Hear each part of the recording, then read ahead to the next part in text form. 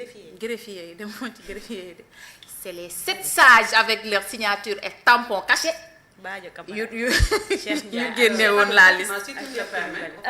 dama bëggoon dans le même préciser siège waaw ndax mooy par rapport ak bu ñuy wax naan un acte l'exécution d'un acte administratif n'est pas suspendu au fait en cas de truc c'est suspension de l'exécution d'une décision administrative certes c'est le principe mais yaa ma gën a xam ni l'exception fait la règle en droit. oui ça c'est dans ce cas-là il y a aussi des règles il y a aussi des exceptions. du moom waxoon ngay lire am na condition non liiraguma ko. waaw lire ko liiraguma ko de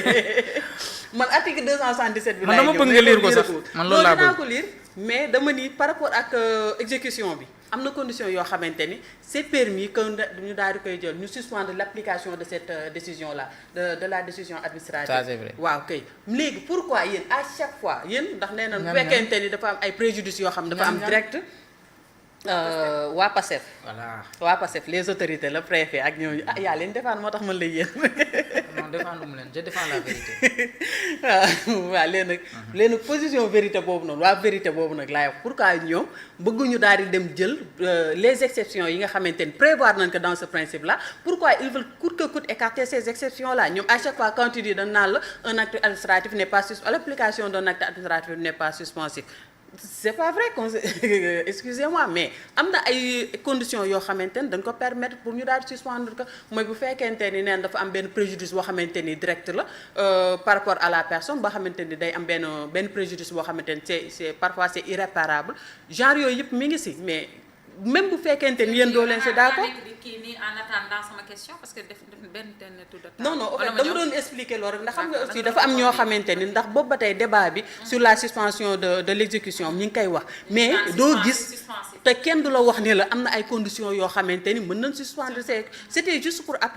apporter cette précision là. Très bien. Il l'a dit hier ndax da ngay partager ça seul le président de la République moo ko mën a débouter à la mairie pourquoi parce que soit il fait dafa def crime soit dafa def ay malversations au niveau de la gestion de la mairie de Dakar te loolu noonu moom dafa leer Sénégalais yi leer na article bi lay jaru ko maa la ko ñaan ubbal rek jaru ko xam nga lu tax parce que suuf bi ñun dañoo sonn ci suuf bi nit ñi sax parenthèse nañu ko nal ni leen mooy ba mu des xanaa ñi dégguñu tubaab xam nga yooyu yëpp am na ci juriste yi wax nañu société civile wax na c'est que lii dafa dem ba sëy na bu dimbali ma dafa dem ba maanaam ridicule à la limite ridicule à la limite quand tu es sénégalais ak corporation boo mën a bokk yow tu te dis que lii jeu politique la mais nag dañu dépassé woon le fait que ñuy nekk ci ay jeu politique man je fais toujours un rappel boobu xam nga Aminata mooy lan mooy la woon ni na avec Ousmane Sonko et Diomaye la woon day woon ni du ñu langaamu ci ay këyit mbind pour di faagaagal nit du ñu langaamu ci ay nu mu tuddati sax complot comme ni mu waxee ni noonu lañ ko defee Adji Sarr pour mën a faagaagal ay opposants politiques terrain bi moo leen di àtte te nag terrain bi da leen a àtte ak ñépp ñoom terrain bi àtte na leen kii Seynabou wala parce que terrain bi xam nga na la leen àttee parce que mënoo gagner avec pourcentage bi nga gagner ci présidentielle législative yi ñëw ñoom seen bureau yëpp nga gagner leen fa léegi lan la 2 ans moo ci des nit ki toog 2 ans yooyu da ngaa war a ñëw waa nga ñëw xaar sa doggali bu nga wóolu sa bopp rek nga ñëw wóolu sa bopp rek nu mu tudd législative yi ñëwaat nga doggaliwaat wane nu mu tuddati sax local yi ñëwaat nga doggaliwaat wane ni man maa moom Sénégal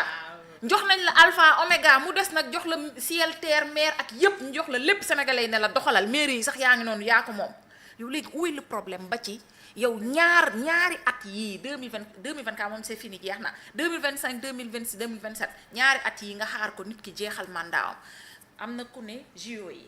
parce que Barthélémy Diaz am na ci benn pàcc bu am importance boo xam ne yow yaa ko wax démb boo xamante ne mi ngi ci dans l'organisation des JO beneen bi ci topp mooy budget maire yu Ndakaaru man ñii dama leen a xaare woon ak li daan tax ma leen daan prêter attention ak leen prêter oreille que la woon woni na te on voulait du changement man je voulais du changement Seynabou très sincèrement yow tu voulais du changement ñun ñëpp bëggoon changement ci suñuy secteur muy suñu liggéeyukaay ñeneen bëgg changement ci li ñuy liggéey jeunes yi nga xamante ne ñoo takkoon brassard yi di daw seen ginnaaw bëgg changement ci seen condition de vie mais pas se focaliser vraiment sur parce que on dit que mandat au président Macky Sall sans parenthèse bopp la mandat au président Macky Sall rafet na peut-être mais fi mu ñaawee mooy bi ñu yeggee ba ci épilogue Ousmane Sonko au lieu mu focaliser wu ci li mu def génne ko yeggale ay yëfam, mais dañoo dem focaliser wu ci Ousmane Sonko ba taachal seen yëf yàq seen yëf. Alors aujourd'hui yow tu démarres par ça Seynabou, tu démarres par jël benn Barthélémy Dias singali ko parce que sur le plan politique il est le jeune, c'est lui qui reste politiquement koo xamante ni mën nañoo nii vraiment avec ñoom Bougane ñoom Tass Thierno Alassane Sall entre autres jamono ji ñoom ñooy nit ñi nga xamante ni xëy na mën nañoo mettre bâton sur les roues ci ñi nga xamante ni ñoo fi nekk, mais par des mots. Par des mots waaw, mais pas ci waaw ñu mën nañu tibb tànk mën nañu def par des mots, mais pas ci fekk la fa nga nekk foqati la fa nga nekk génnee la def la lii dafa xaw a ñaaw ci aux yeux des Sénégalais. Seynabou aujourd'hui sama question mooy Barthélémy Dias nee na li nga xamante ni moom moo di président de la République, parce que recours bi moo xam naa li léegi mu génn président de la République kese képp dong moo ko mën a jëlee ci fauteuil bi mu nekk. Le droit sera dit oui ou non? Man, c'est la question que je me pose et que je te pose, Seynabou. En tant que journaliste, nan nga ko jàngatee observateur boo xamante ni yow daa ngi xool landerneau politique Sénégal, nan nga jàngatee loolu? Est-ce que moom vraiment le droit sera ba pare avec des arguments, man waxuma ñu ni c'est que c'est-à-dire comme ni conseil constitutionnel def ak Aminata Tall dinañ ci ñëw léegi. waaw Aïssata Tall Sall dinañ ci ñëw léegi, mais que avec des mots mu dugg ci suñu bopp yi leer une bonne fois pour toutes que Barth il reste à la tête de la mairie parce que wala Barth il n'est plus maire de Dakar parce que comme ni suuf bi leeree leneen li ci des mën a leer si ñun noonu Seynabou. dañuy fàttali d'abord article 135 man boo fàttali ko coow li bi muy soog a commencé ba ñu naan ban ko dindee fële maa njëkk def benn papier. Ce jour-là, on l'a mis à la une sax moom de source A maa ngi ko def benn papier j'avais pris un constitutionnaliste di ko nuyu au passage sama waay la lu bëri daf may jàppale ci côté droit bi les doctorants en droit public Mawa Ndiaye nit ku disponible la moom ma njëkk wax ni ma instant bi Barthélémy bu ñu ko bëggee dindi fee seul le président lañ ko mën a def. Ce jour-là on avait même titré l'avenir de Barth entre les mains de Diomaye loolu lañ defoon ñun comme titre. Article 135 dafa ni mooy mais du code électoral. Article 135 code des collectivités territoriales code général des collectivités territoriales ma lii que dafa ni lorsque le maire ou tout autre conseiller municipal est condamné pour crime sa révocation est de droit. C'est pas le cas de Barth parce que moom bi ñu ko même bu fekkente ne affaire yi au début crime lañ ko jàppee woon il y a eu requalification de fait ñu def ko en coup mortel mu nekk un délit ñu ko juge que devant la chambre correctionnelle devant le tribunal correctionnel délit lay def c'est-à-dire que ce qui est crime moom dindi nañ ko ba pare. mu ñëw mu ni les maires et adjoints après avoir été entendus ou invités à fournir des explications écrites sur les faits qui leur sont reprochés peuvent être suspendus par un arrêté du ministre chargé des collectivités territoriales pour un temps qui n'excède pas un mois. Du kaawam mais même foofu aussi du kaawam on dit ils ne peuvent être révoqués que par décret. fii nii si lii nii la Barthélémy basé wu ndax bu xasee ba am benn kii bu fekkente ni dañ koy suspendre mu ni le ministre mën na daal di jël arrêté mu suspendre ka mais pour une durée qui n'excède pas un mois, il ne peut pas porter 3 mois. Qui n'excède pas un mois et qui ne peut être porté à 3 mois. C'est-à-dire mënul dépasser l'intervalle 1 à 3 mois mënu ko dépasser. léegi ñu ne la bu fekkente ni dañ ko war a jël di ko révoquer c'est le président de la République décret mbindeef mënu ko jël ku dul le président de la République bañ nañ ko dañuy bañ sax ngay wax naan le décret présidentiel parce que le décret c'est le président qui le prend. Comme pourquoi ñoom article bii ñu daal di mooy day revenir rek ci li ma leen wax te day def ci waat ci li nga xamante ne moom la Barthélémy daal di wax démb bi muy expliqué mu ni article bii moom lañ ko mënoon appliquer peut-être mu jàll mais luy mënoon nañ ko def facilement. Pourquoi ils n'ont pas pris ça ñu daal di dem seet article boo xamante ni leer na leen article bii li mu leen ñoom li ñu ci wax ak li leen article bi wax du ñu benn Fatima yaa ngi naa ma bu ko lire mais dinaa ko lire pour ñu mën def non c'est juste pour faire. non c'est juste ngir mi jàngul sax dafa toog nii dina ko faram fàcce nii ñun nañ c'est juste pour faire la comparaison entre li nga xam moom lañ appliqué ni ak li leen Barth wax xam nga Barth si li la leen wax mais ñoom li ñu appliqué mooy dañ ni leen tout conseiller municipal qui pour une cause quelconque se trouve dans l'un des cas d'inéligibilité ou d'incompatibilité prévus par la loi peut être à toute